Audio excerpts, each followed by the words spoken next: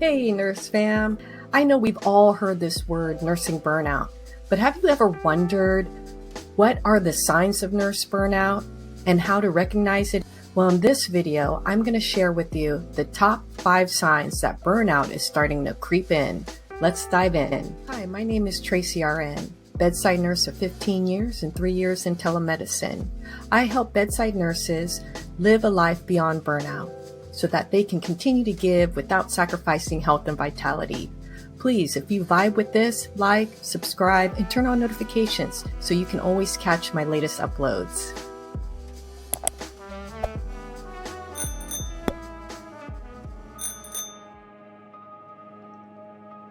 Number 1, feeling tired and run down. What do I mean? I mean feeling so exhausted, so tired that at the end of the shift, there is no more energy left. Oftentimes, I always thought, I don't even know how I made it through this day. Sometimes I can't even recall what happened during my shift because so many things were going on. So having this full emotional overload, physical overload, and spiritual overload. Because a lot of times, we're not only dealing with one person, meaning the patient, we're also dealing with their family members, colleagues, co-workers.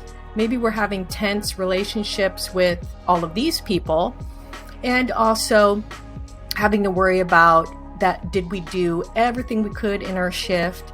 Did we avoid any errors? Did we catch everything that we could? Did we really intervene well and turn someone's life around? Number 2, it's hard to get up and face a new day.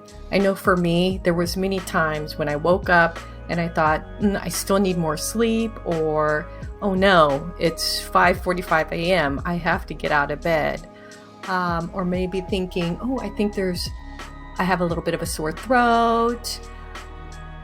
Or other times where just feeling overall drained, depleted, and not feeling the drive or the energy to go in for another shift, especially after the previous shift was really hard, whether that be physical or say spiritually, in a way that there was some difficult codes or difficult patient cases, or maybe a difficult interaction with the colleague, or even just having the feeling of not wanting to go in a particular shift. Maybe it's not a shift that you're familiar with. Many times people always say, I'm on the good weekend, or you're going to join the good weekend. And different people feel that their weekend is the best. And I know I've said that, and I've definitely heard it from other people.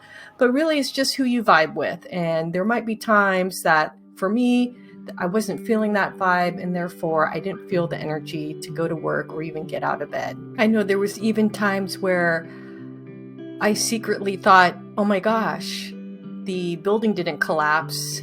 We didn't have an earthquake. My alarm clock worked. That for whatever all reasons, I've woken up and now I have to face another long, grueling day, long shift. I especially felt that after working multiple shifts consecutively in a row. Number 3, waking up already feeling tired. Sometimes there's a lot of tension that's residing back in our bodies, in our muscles, muscular fatigue, maybe some body pains, some back aches, maybe some problems with the feet or the calves that lead us to wake up and not feeling our greatest. I've experienced many different kinds of pains throughout the years, and the one that struck me in particular that caused me the most amount of physical suffering is having plantar fasciitis. A nurse regularly walks about 22,000 steps, maybe 5 miles, and if you have hospitals or an organization where you're walking through multiple buildings to buildings to buildings, or you're transporting patients, or you're having to run to the blood bank, run to the supply room, the actual hospital supply room that's in the basement or on the ground floor. Just think about all the places that you're walking to and from over and over again. All that built up tension of walking, not taking a moment for 12 hours to relax and rest, does take a toll on our bodies. And for me, that was just the feeling of tight tension in my muscles. I don't know about you guys. Do you go get massages regularly, acupuncture, acupressure? Comment below about the things that you do. But I know for me, every time I went to a massage therapist, they already knew. They already serve a lot of nurses. They're massaging nurses' bodies. So they already know, oh, let me get your IT band. Let me get that SI joint. This is the most excruciating places to allow my body to rest and recover.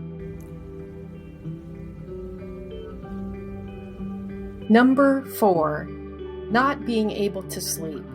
What are some reasons we can't sleep at night? For me, it was reliving the day. Many times, I'm sure it's definitely happened to many of you out there, you wake up in the middle of the night. Like I would wake up in the middle of the night, oh my gosh, I didn't tell the next shift RN that I did this. I didn't tell them that that family member called to say such and such. I didn't tell the doctor one more thing, and I didn't tell the next nurse to do that. A lot of times just having the guilt that I'm leaving a lot of stuff behind for the next nurse. I know that a lot of times there's a saying that nursing's a 24-hour job. And I know when I took over from a nurse, if there wasn't stuff that they could do, that's fine, because I'm there to be paid to take over. So we keep passing the bucket brigade. I know it's hard to fight that judgment about, well, they could have spiked a new primary bag. And sometimes maybe that person did mean to. Or maybe they were like me and they had plantar fasciitis and one more step was absolutely excruciating. But then we have to fight the guilt of calling in sick. Another reason that we can't sleep is maybe holding on, as I said, to the tension in the body, that the body cannot rest and let go.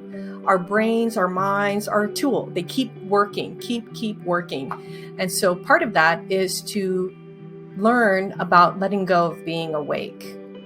I know that running on our feet and having to go immediately to bed to make sure we get that 6-7 hours, maybe 5 hours, depending on how far you live from your organization. So that way you can wake up the next day if you're working consecutive days and 12-hour shifts. Then we begin this vicious cycle. We're not being able to sleep. We cannot fall asleep. We don't get good sleep. So we don't want to wake up to face another day because we don't have the energy. We're feeling depleted, and so on and so forth. So that when we're showing up in the world, whether it's at work or for our friends and family, we're really drained, we're really tired. Number 5, not practicing healthy eating. Okay, in the first 4 tips, we talked about not being able to go to sleep, not being able to rest, waking up drained. The last thing you want to do is prepare a healthy meal for yourself to take to work. And the other last thing we want to do is eat healthily. For some reason, we gravitate to sugar, salty, crunchy, soft and gooey. And that might be some primitive way for our body to get that zing to wake us up.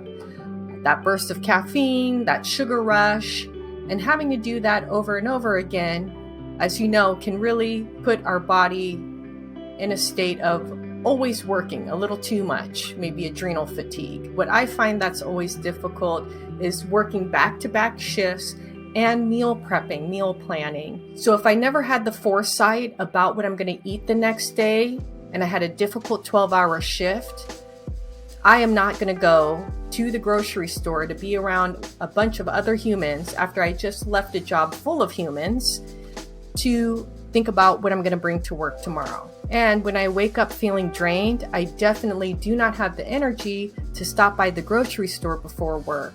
So not eating healthily, having dietary choices that might not be beneficial to our body but keeps us awake, that's another telltale sign of moving towards burnout. So these are my top 5 signs that burnout is starting to creep up closer and closer to me if I've not already started the stages of it. And that's the first category, which is called exhaustion. I hope this video was helpful for you, and I hope to see you on the next one. talk more about burnout, what it is, how we can manage it, and how we can live way beyond burnout, because it's totally possible. Thanks for watching. Goodbye.